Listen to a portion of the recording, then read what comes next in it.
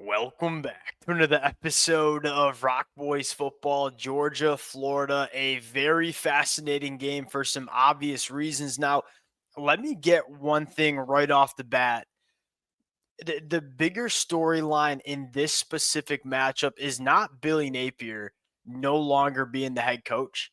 It's Billy Napier no longer being the offensive play caller. That to me makes this game a little bit more intriguing heading into this one because if you're Kirby Smart, it's a little bit more difficult to prepare for a game where you got a new play caller on the offensive side of the football. But secondly, Billy Gonzalez got up in front of the media and said, we are going to change some things up on the offensive side of the football. We're going to try to do a little bit more spread, try to get our speed a little bit more in space. And that, I know to a lot of Florida fans, and I would raise my hand and agree with this assessment, one of the more frustrating experiences of Billy Napier calling this offense was all the condensed formations and all the two tight end sets when you have some of the best wide receivers that I think reside in this conference. Vernell Brown, Dallas Wilson, Michael Sturdivant, Eugene Wilson, Adam Mizell. Florida is loaded at the wide receiver position, but it never felt like this offense leaned into all of that talent. With Ryan O'Hara taking over the offensive play calling duties, what is this offense going to look like? Look, Billy Gonzalez taking over as the interim head coach. I don't know if that might be a positive because Billy Napier, it doesn't get much worse from an in-game head coach perspective. But I think the bigger storyline is the new offensive play caller that you're going to see for Florida. On the Georgia side of things, what excites me the most is seeing this team get a little bit more healthy coming out of the bye week. I don't know if there was a more banged up team in the country than Georgia the last couple of weeks, specifically on that offensive line. And if you're a Georgia fan, this team is not perfect. I do think you're starting to find the identity of what this football team can be, especially as they ran the football the way they did against Ole Miss, and it was clearly Gunnar Stockton's best game. I think Georgia fans have some kind of the big question mark around Georgia is what can this football team become over the month of November? I don't think this is a national championship team as we sit at the moment. Can they become that kind of team over the next couple of weeks? A lot of storylines to get into. Fired up to do so before we do. And as always, Georgia fans, Florida fans, hey, this one, difficult to kind of project. And I promise you this, or I don't mean to speak for the Georgia fans that I've talked to, and I would love to hear from you guys in the comment section. I think there's a lot of confidence amongst the Georgia fans that Georgia will win this game. I think a lot of Georgia fans appreciate the talent on Florida's roster. And I think a lot of Georgia fans are heading into this game saying, hey, I think we're going to win this game, figure out a way to win in the fourth quarter. I don't know if this is going to be a stress-free football game. Because we all have appreciation, at least if you follow this sport closely, you have the appreciation of how much talent Florida has. They got NFL dudes on both sides of the football. Let it fly in the comment section. Appreciate you guys. If y'all do enjoy the content, consider subscribing to the channel. Without further ado, let's get into it. Let's start with this Florida offense. Again, what I'm most excited for is you got a new offensive play caller. What's it going to look like?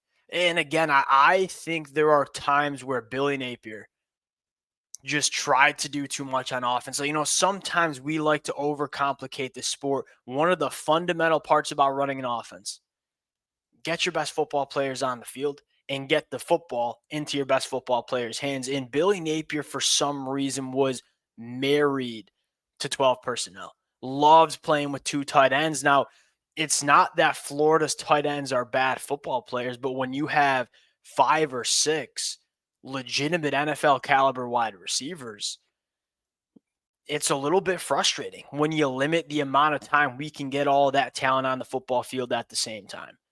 What I'm most excited about is to see what the personnel groupings are and what are some of the concepts that Florida leans into with Ryan O'Hara calling the plays. Here's the other storyline is, what's this Georgia pass rush look like? This is a an offensive line for Florida that has been disappointing on the year. I think that's fair to say. This is a Georgia pass rush that, I mean, is sacking the quarterback 2.3% of the time. That is 130th in the country. What happens if DJ Lagway is clean in the pocket and he has time to push the ball down the field to these pass catchers on the outside? Like, if you get a good football game from DJ Lagway and he is kept clean in the pocket with all the talent they have on the outside of the on the perimeter at the wide receiver position, can Florida have some success on offense? And again, there's not really much else to say. It's a little bit of an unknown right here. What does this Florida offense look like with the new play caller? Now you flip the sides and say, hey, Georgia, man, on offense, I think really, really feeling good about how Gunnar Stockton has looked, especially after that Ole Miss game, more specifically that run game as well. And I think if you're a Georgia fan trying to talk yourself into the month of November, look, I'm a Michigan fan. I've already talked myself into a playoff run too. You're saying, hey, what's this offense look like with an offensive line that's getting a little bit more healthy, right? I mean, you can look at a guy like Micah Morris. You look at a guy like Munor Freeling, who I think's been really good for Georgia this year, but he's clearly was not 100% before the bye week. What does this football team look like a little bit more healthy on the offensive line? Ability to run the football, ability to keep Gunnar Stockton clean. I'll say this, Gunnar Stockton, when he's kept clean on the year, 77% completion percentage, 8 touchdowns to 1 interception. He's been really, really dang good. But I'll say this, I think this has the ability to be one of the better pass rush units that Georgia has seen.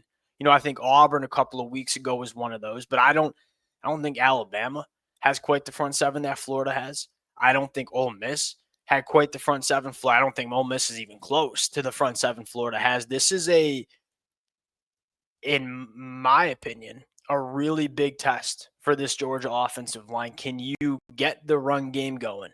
Can you keep Gunnar Stockton clean? If you can do those two things against the front seven of Florida, say what you want about Florida. They got guys in the front seven. They have a really good linebacker room. I look at Tyreek Sapp. I look at George Gums. I look at Jaden Woods. I'm saying, hey, this is the front seven that has a lot of guys that will be playing on Sundays over the next couple of years. What does this Georgia offensive line look like?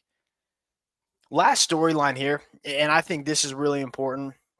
What does this team come out as? You know, one of my biggest frustrations with Coach Bobo is the offensive game script. And what I mean by that is the first 10 to 15 plays that Coach Bobo comes into a game and wants to run. He's just missed. This is a Georgia football team that comes out consistently slow out of the gates. This is not a game where you want to do that in. If you're Georgia and you can go up, like, look, Florida's going to come out in this football game ready to play. You know, it's a rivalry game.